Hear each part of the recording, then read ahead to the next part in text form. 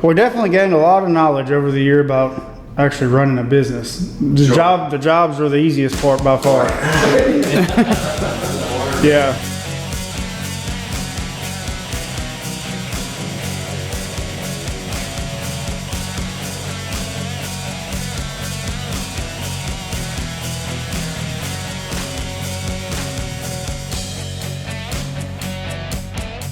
All right. Hello, Profit Diggers. Thanks for joining us today. Here in the office with us, I have Luke Fielder, Jeff Spencer, Chris Work. I'm Jeff Givens, and we got Jerry Work behind the camera. So we're really excited you're here with us today. So Luke's joining us as a guest. If you like the content we provide on this channel, make sure you subscribe to the channel, hit like, share it with your friends if you'd like. And you know what? Engage in the comments. If you've got a question about something we're talking about, we encourage you to ask comments and questions. So it's been a while since we've seen you, Luke. How you doing, man? Doing good, doing good. Glad wintertime's almost over. Yeah.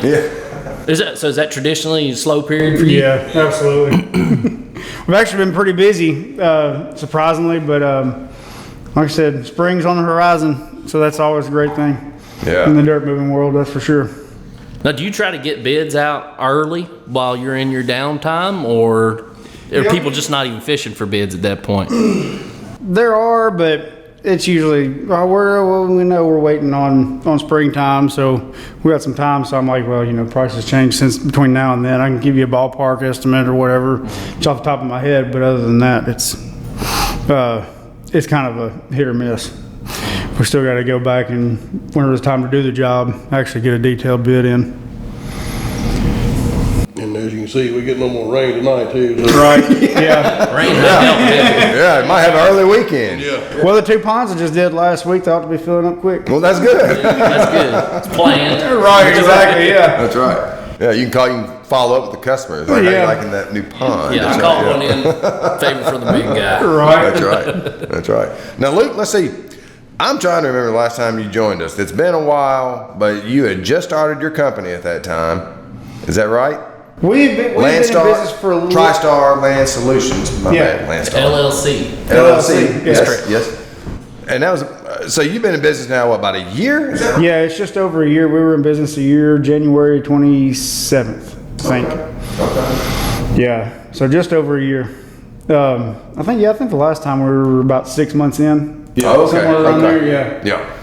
All right. So like about midsummer, yeah. Yeah. Well, that's awesome. Well, I mean, this is all about helping other guys who are trying to get started. I mean, what have been some of those challenges in the first year? Is there something come up that you didn't necessarily see coming, or is it, did you pretty much have, I know you've been in the business for a while, so, you probably. We definitely gained a lot of knowledge over the year about actually running a business. The jobs are the easiest part by far.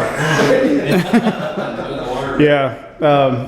But our main focus has always been on getting on bigger jobs, shooting for like more of a heavy civil type company. And I guess now we're at the point to where we're really fixed to start transitioning and try to start gaining more of those jobs, and it will be individual homeowners or, stuff like that. Yeah. Main thing is just because the market that I'm in, trying to go after homeowners, it's completely flooded with people who have had the seat time enough to clear out a fence row or something and halfway make something look good, look decent, and they think they know it all. Yeah. And that's been I'm like, man, because we look like idiots when we show up to a job and our bid is $7,500 whenever everybody else's is $25,000. And I run into one of the guys that we bid against sometimes on some jobs, and he was like, hey man, what do y'all do with like any kind of haul off? Do y'all have a spot to just go dump that, or what do y'all do? And I said, man, if you don't have a spot to dump it, you're gonna have to take it to the landfill. You're gonna have to include it in your bid. Yeah. And he was like, oh man, I hadn't thought about that. Oh wow. So I'm like, yeah, so no wonder we look stupid, And it's not just the new people either. I mean, there's just people that's been doing just these little bitty jobs, but they've been doing it the wrong way for 20 years. It doesn't matter. The wrong is wrong and right is right. Right. As long as their head's above water.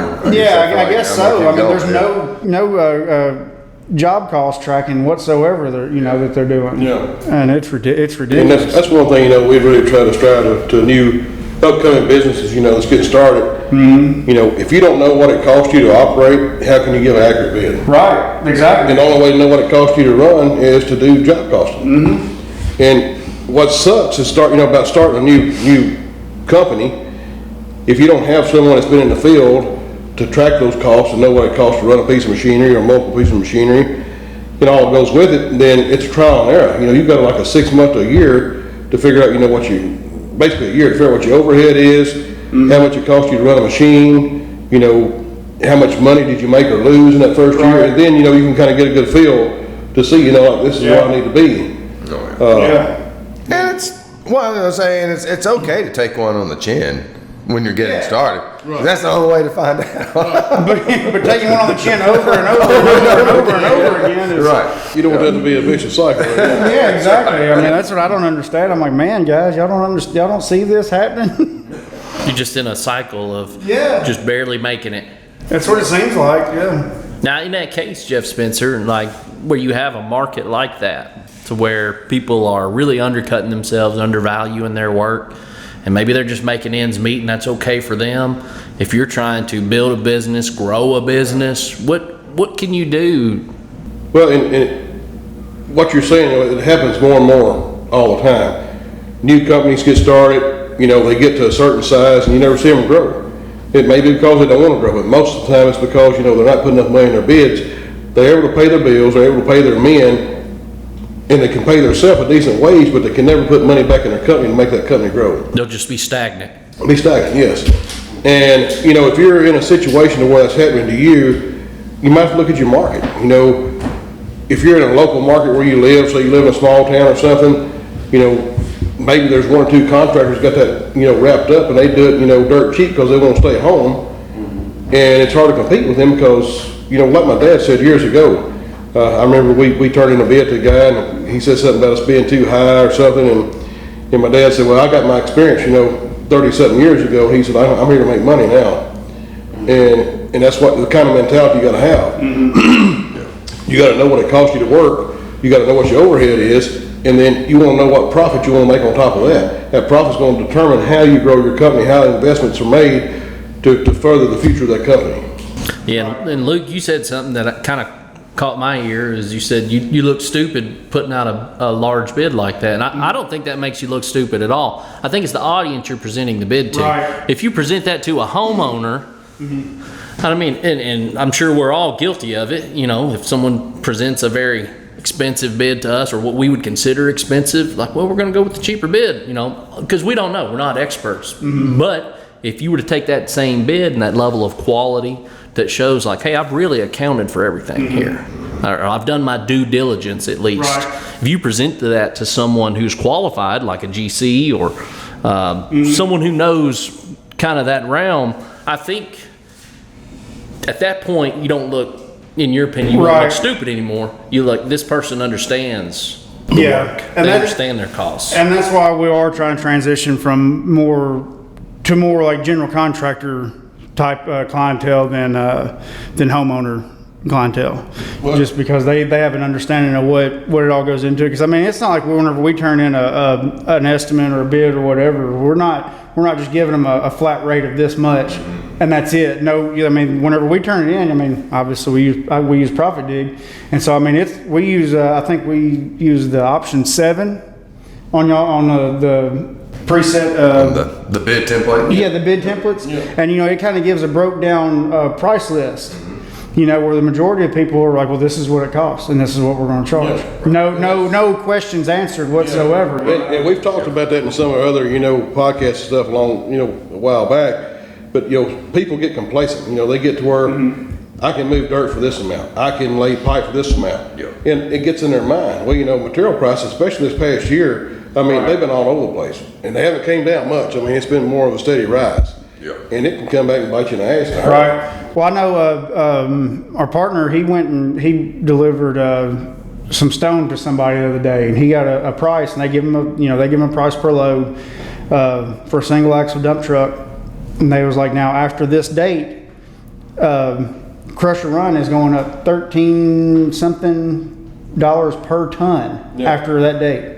Like that's how big of a jump. That's a huge jump. Yeah. I mean, we're used to seeing like 50 cents to $1 a ton at the most, Wow. for the past several years, and this past couple of years, it's like, Yeah, $13 jump per ton in like a couple weeks time span. Yeah, it used to be. right now, you do like 3/4 inch rock, we're paying almost $29 a ton for 3/4 inch Right. rock right now. Shoot. And a year ago, it was like right around $16 a ton. Wow. Man. So, Yeah. not to mention the fuel cost to transport it. Right, And everything yeah. else. So, And so that's another thing. A lot of people don't even think about whenever they're putting their bids in. Because I've had a few guys that are that are trying to concentrate on these smaller jobs that we're trying to get away from. I mean, because that's always been our goal, is to be a bigger company. Sure. So they don't even consider the price of fuel into their bids. They have a roundabout estimate of what they think it costs to run their machines, and that's it. Now, a small job, it may not hurt you, but if you're on a job for 3, 4, 6 months, Exactly. and you're going through 1,000 gallons of fuel, every 2 or 3 days, or every 2 or 3 weeks, that's a major loss. Yeah, exactly. Yeah. Especially, when you go back 2 years ago when dyed diesel was under $2 a gallon, and now, dyed diesel's almost, it's over $4 a gallon. Right. Yeah. It's definitely made us put a fuel clause into our bids when we do turn a bid in. Even to homeowners, because it does jump so sporadically. Yeah. it's wise. Well, guys, we don't get too long on these videos, but we're gonna take a break here for a minute, and we got some more questions and stuff for Luke, and he's gonna talk to us a little bit about Profit Dig. Yep. But man, we appreciate y'all joining in with us, and always love to hear your comments, your feedbacks. Hit that like button, share us. Most of all, give us some comments, some questions, feedback. Let us know what you think about us, and join us on our next session. Thank y'all. That's right. See ya. ProfitDig.com.